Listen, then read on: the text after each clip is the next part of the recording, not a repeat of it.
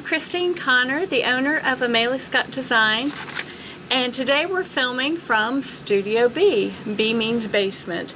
My husband put in all this brilliant light in the basement. I should really show you the ceiling. It's very bright down here, and hopefully that will create a nice cheery environment for us. It's also a little bit quiet, more quiet down here, because it seems like they mow the green belt on Monday, we get our lawn mowed on Tuesday, they mow the church on Wednesday and Thursday, so it's always very noisy upstairs.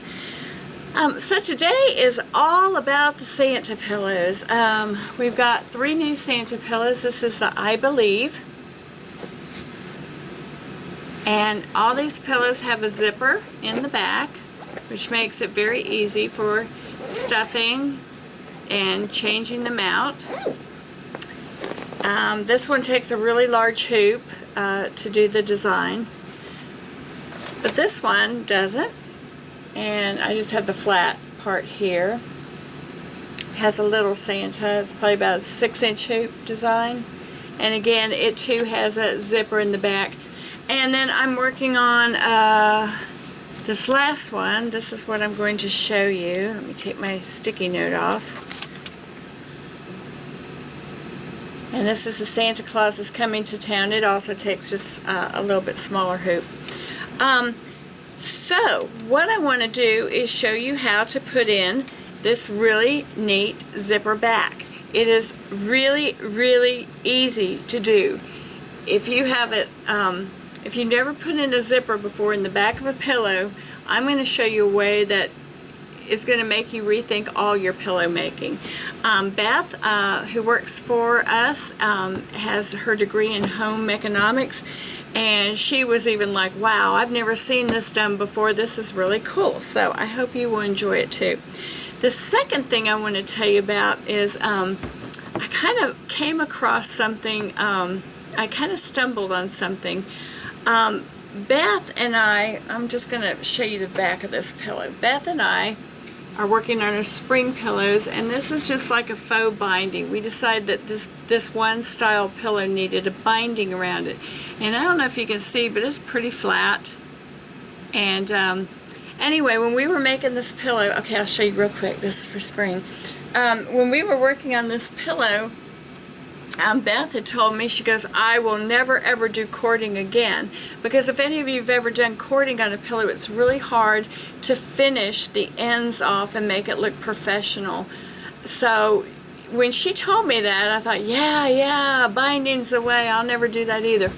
And then I went to bed, and as usual I wake up in the middle of the night and I start thinking about all this stuff, and I came up with a way to make a cording in the pillow, a faux cording. And since this pillow that we're working on today, the Santa one that we're going to be working on today, this one, is for my daughter, I'm going to go ahead and bind it, and I'm going to show you how to do this faux cording. And okay, I'll show you this one too. These are coming up for spring.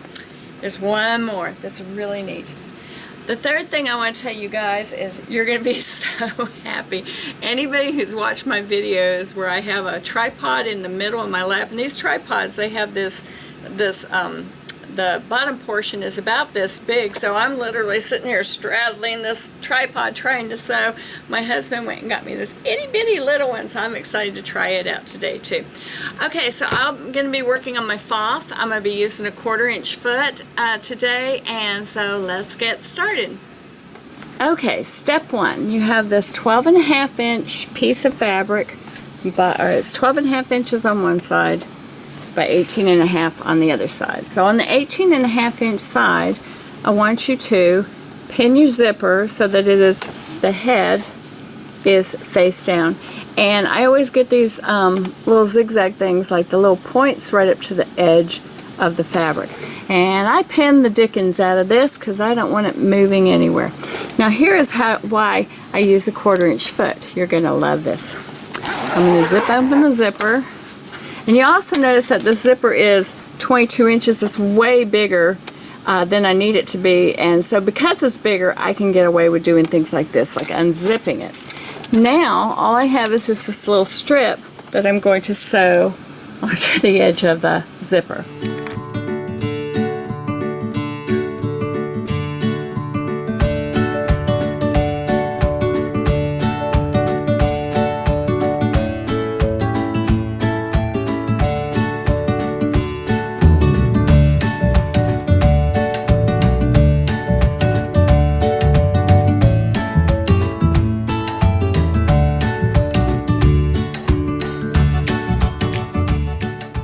then I'm going to zip that back up.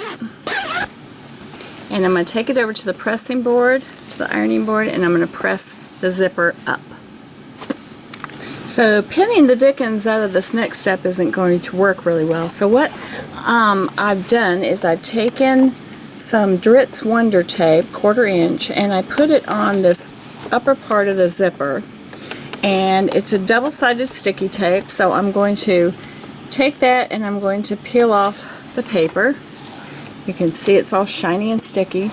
Then I'm going to take this 2.5 inch strip that's 18.5 inches, this accent strip, and I'm going to put it on the upper portion, right on top of that, right on top of the sticky stuff.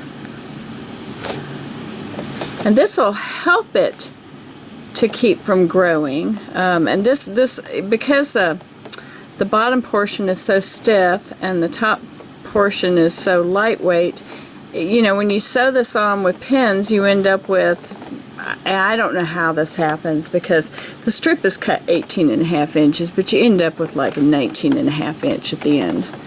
It's really weird. Okay, so I press that on there, and again I'm going to unzip that zipper.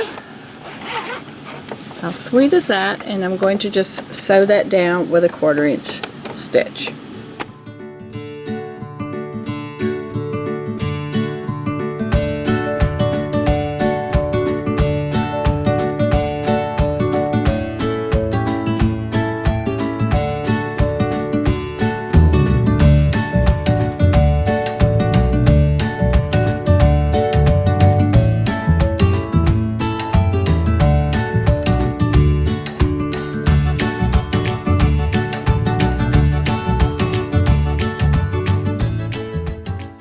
Okay, then I'm going to zip that back up.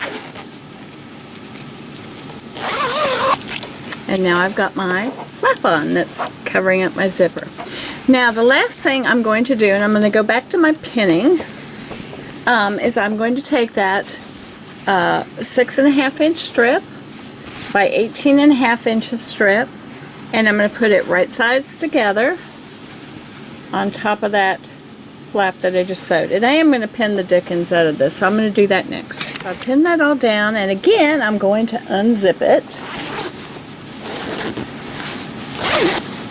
And you can see down here it grew a little bit, but it didn't grow an inch like it would have if I didn't have that tape down. And you know, if you don't have the tape and you just go ahead and stitch it with pins and it grows, you're going to trim it up anyway, so don't worry about it.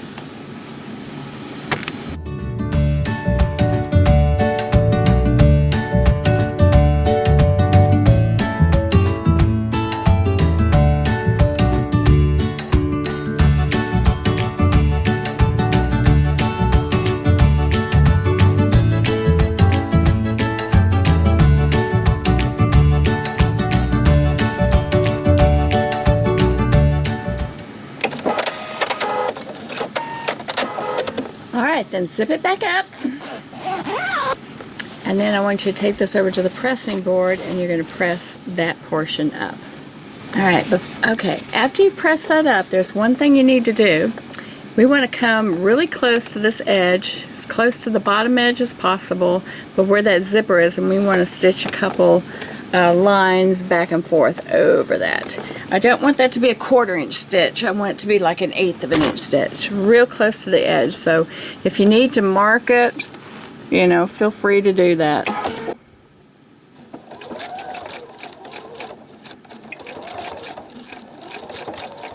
Whoop.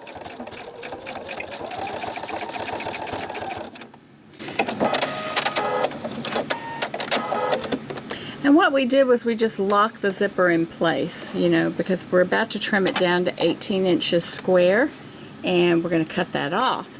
And what I like to do also is I like to come over here to this side, and I'm going to go ahead and like put a pin here just to kind of hold that zipper part together.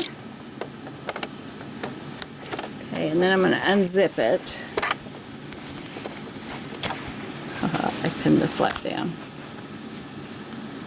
A little bit more. There we go. just kind of pin that up. And what I want to do, now you see you want to avoid that metal, but that's within that 1/4 inch. What I want to do over here is I just want to do a scant little 1/8 of an inch or inside the 1/4 inch, you know, inside the 1/4 inch seam. I just want to make sure that I kind of stitch that also.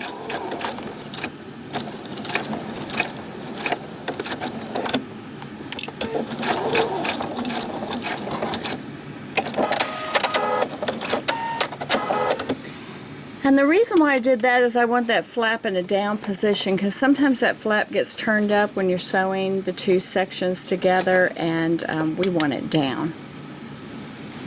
Now, I want you to go over to your cutting mat, and I want you to square this up to 18.5 inches for an 18.5 inch pillow. One of the things I can guarantee you'll be you see that's not really lined up, so this is probably your 18.5 inch. This is probably a little bit more. Honestly, I don't know how this stuff grows, but it does.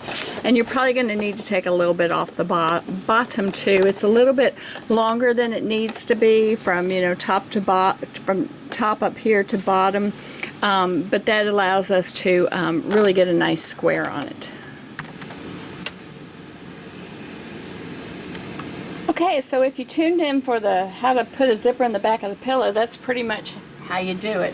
And what you would then do with any other regular pillow is you would sew your right sides together, make sure your zipper is unzipped, so that when you sew all 4 corners, you want to sew around all the corners, or all 4 sides. When you turn it, and the wrong sides are together, and then when you're done, you can turn everything out through that opening in the zipper, and then you have this beautiful pillow that's all has a zipper in the back. And that is essentially what we did with this pillow. We just right sides together, turned it around through the zipper, and we have a cute pillow. Now, if you're going to continue on with, I'm going to put the binding in the next video.